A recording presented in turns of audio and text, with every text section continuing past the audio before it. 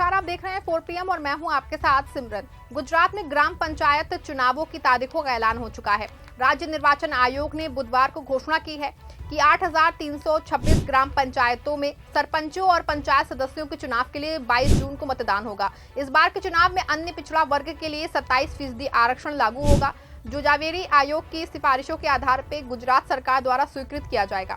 ये पहली बार है जब इतने बड़े पैमाने पे ग्राम पंचायत चुनावों में ओबीसी आरक्षण लागू किया जा रहा है।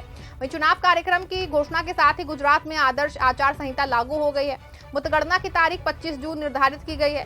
नामांकन तारीख भरने की अंतिम तारीख जो है 9 जून है और नाम वापस लेने की अंतिम तारीख 11 जून है। बता दें कि मतदान सुबह 7 बजे से शाम 6 बजे तक होगा और ये मतपत्रों के माध्यम से आयोजित किया जाएगा। मतदाताओं को नोटा का विकल्प भी उपलब्ध होगा। ये चुनाव लगभग 2 साल की देरी के बाद हो रहे हैं। देरी का मुख्य कारण ओबीसी आरक्षण से जुड़ा रहा है।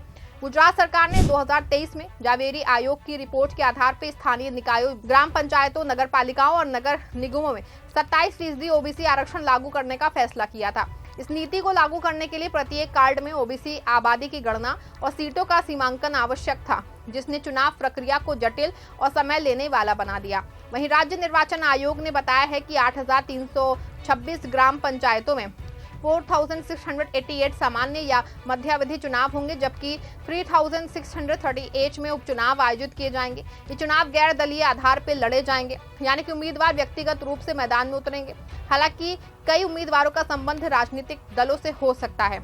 आदर्श आचार संहिता के लागू होने के साथ ही सरकार, राजनीतिक दल, उम्मीदवार और जनता के लिए कई नियम लागू हो गए हैं। भारतीय निर्वाचन आयोग द्वारा विकसित सह संहिता स्वतंत्र और निष्पक्ष चुनाव सुनिश्चित करने के लिए बनाई गई है, जिसमें लोक लुभावन घोषणाओं पर रोक, सरकारी संसाधनों का दुरुपयोग न करना और सभी पक्षों द्वारा नैतिक आचरण का पालन शामिल है। राज्य निर्वाचन आयोग ने बताया है कि 44,850 वार्डों में 1.30 करोड़ मतदाता अपने मताधिकार का उपयोग करेंगे। इसके लिए 16,500 मतदाता केंद्र और 28,300 मतपेटियां तैयार की जाएंगी। नामांकन पत्रों की छानबीन 10 जून को होगी और मतपत्रों के माध्यम से मतदान सुनिश्चित करने के लिए व्यापक इंतजाम किए जा रहे हैं। वहीं चुनाव की घोषणा का सत्तारूढ़ भारतीय जनता पार्टी और विपक्षी कांग्रेस ने स्वागत किया है, लेकिन दोनों दलों के बीच में इस देरी को लेकर तीखी बयानबाजी शुरू हो गई है। गुजरात कांग्रेस के प्रवक्ता मनीष दोशी ने कहा है, कांग्रेस ग्राम पंचायत चुनावों की घोषणा का स्वागत करती है। ये चुनाव 2 साल से रुके हुए थे। बीजेपी ने पंचायतों का कार्यकाल खत्म होने के बाद प्रशासनों को नियुक्त करके ग्रामीण जनता की शक्ति छीन ली थी। हम लंबे समय से चुनावों की मांग कर रहे थे। दोशी ने बीजेपी पे ग्रामीण लोकतंत्र को कमजोर करने का आरोप लगाया और कहा कि ये देरी सत्तारूढ़ दल की राजनीति का हिस्सा है। आपको बता दें, गुजरात बीजेपी के प्रवक्ता योगेश दवे ने कांग्रेस के आरोपों को खारिज करते हुए कहा कि चुनाव में देरी का कारण ओबीसी आरक्षण को लागू करने के लिए जरूरी प्रक्रिया थी। ओबीसी आबादी का सटीक अनुमान लगाना महत्वपूर्ण था ताकि पिछड़े वर्गों के साथ अन्याय न हो। वहीं अगर चुनाव पहले कराए जाते तो कांग्रेस आरोप लगाती कि बीजेपी ने ओबीसी के अधिकारों को नजरअंदाज। दवे ने दावा किया कि बीजेपी से जुड़े उम्मीदवार इन चुनावों में भारी जीत हासिल करेंगे। आपको बता दें कि जावेरी आयोग की सिफारिशों के आधार पर लागू 27% ओबीसी आरक्षण गुजरात के स्थानीय निकाय चुनावों में एक महत्वपूर्ण बदलाव है। ये नीति न केवल ग्राम पंचायतों बल्कि नगर पालिकाओं और नगर निगमों जैसे अन्य स्थानीय निकायों में भी लागू की गई है। इस कदम को सामाजिक न्याय की दिशा में एक बड़ा कदम माना जा रहा है, क्योंकि ये ओबीसी समुदाय को राजनीतिक प्रतिनिधित्व में अधिक हिस्सेदारी देगा।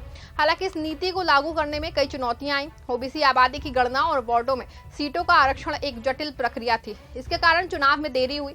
कुछ विश्लेषकों का मानना है कि ये देरी बीजेपी की रणनीति का हिस्सा हो सकती है, क्योंकि ग्रामीण क्षेत्रों में उनकी स्थिति मजबूत रही है और प्रशासकों के माध्यम से शासन ने उन्हें स्थानीय स्तर पर नियंत्रण बनाए रखने में मदद की। दूसरी ओर बीजेपी का दावा है कि ये देरी तकनीकी और प्रशासनिक कारणों से हुई, न कि राजनीतिक। ग्राम पंचायतें भारत के ग्रामीण शासन की रीढ़ है। ये स्थानीय स्तर पर विकास, बुनियादी ढांचे और सामाजिक कल्याण योजनाओं को लागू करने में महत्वपूर्ण भूमिका निभाती है। गुजरात में 8,326 ग्राम पंचायतों के चुनाव न केवल स्थानीय नेतृत्व को निर्धारित करेंगे बल्कि ग्रामीण विकास की दिशा भी तय करेंगे। बता दें कि इन चुनावों में 1.30 करोड़ मतदाता हिस्सा लेंगे, जो 44,850 50 वार्डों में अपने प्रतिनिधियों का चयन करेंगे। ग्राम पंचायतों का कार्यकाल 5 वर्ष का होता है और ये चुनाव ग्रामीण लोकतंत्र को मजबूत करने की दिशा में एक महत्वपूर्ण कदम है।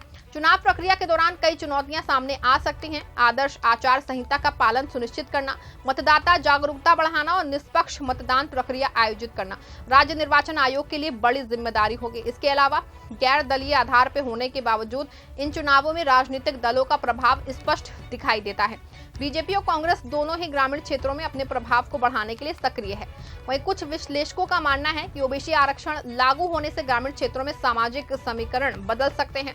ओबीसी समुदाय को उम्मीदवारों को अधिक अवसर मिलने से स्थानीय नेतृत्व में विविधता बढ़ेगी। लेकिन ये भी देखना होगा कि क्या ये नीति ग्रामीण शासन में सकारात्मक बदलाव लाती है या केवल राजनीतिक लाभ के लिए उपयोग की जाती है।